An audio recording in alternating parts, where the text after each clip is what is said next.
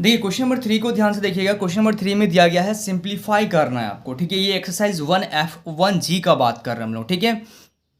तो एक एक क्वेश्चन को ध्यान से करेंगे हम लोग, ध्यान से आप लोग देखते हुए चलेगा, ठीक है। तो पहला क्वेश्चन है आपका कि 3 का पावर 1/4 इंटू 5 का पावर 1/4। तो प्रॉपर्टी यहाँ पे क्या कौन सा लगेगा, ध्यान से देखिएगा क्या रूल्स लगेगा, इसका क्या होगा। तो सबसे पहले हम लोगों ने क्या किया था, अगर बेस सेम होता है, अगर आपका बेस सेम होता है तो हम लोग क्या करते हैं, पावर को ऐड कर लेते हैं, ठीक है। इस तरीके से कर रहे थे। अगर वो डिवाइड में होता है, मान लीजिए अगर ये डिवाइड में होता है तो हम लोग क्या करते हैं, a का पावर 2 लिखते हैं और नीचे का पावर को ऊपर लेके जाके इसको माइनस में कर देते हैं, ठीक है।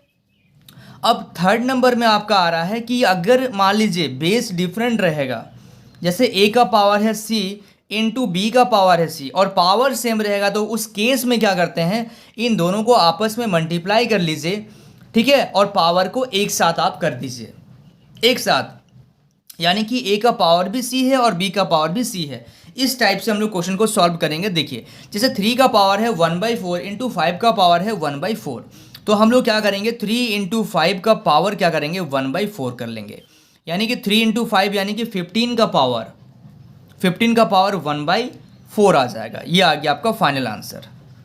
बहुत ही सिंपल सा क्वेश्चन है, ठीक है। सेकंड नंबर में देखिएगा, जैसे 2 का पावर है 5/8 इंटू 3 का पावर है 5/8।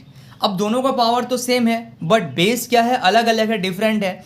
तो हम लोग क्या करेंगे, यहाँ पे 2 का पावर 5/8 सॉरी 2 का पावर 5/8 सॉरी यहाँ पे लिखिएगा 2 इंटू 3 का पावर 5/8, यानी कि आ जाएगा आपका 6 का पावर 5/8, ठीक है। समझ में आ रहा है आप लोगों को। चलिए उसके बाद देखिएगा थर्ड नंबर क्वेश्चन में देखिएगा 6 का पावर 1/2 इंटू 7 का पावर 1/2, 6 का पावर 1/2 एंड 7 का पावर 1/2, यानी कि दोनों का पावर क्या है, 1/2 है। तो इन दोनों को मल्टीप्लाई कर लीजिएगा, 6 इंटू 7 का पावर 1/2, यानी कि 6 7 से कितना आ जाएगा, 42 का पावर आ जाएगा 1/2, ठीक है। समझ में आ रहा है आप लोगों को। बहुत ही बेसिक क्वेश्चन दिया गया था इसमें, ठीक है। चलिए so students please note down this question.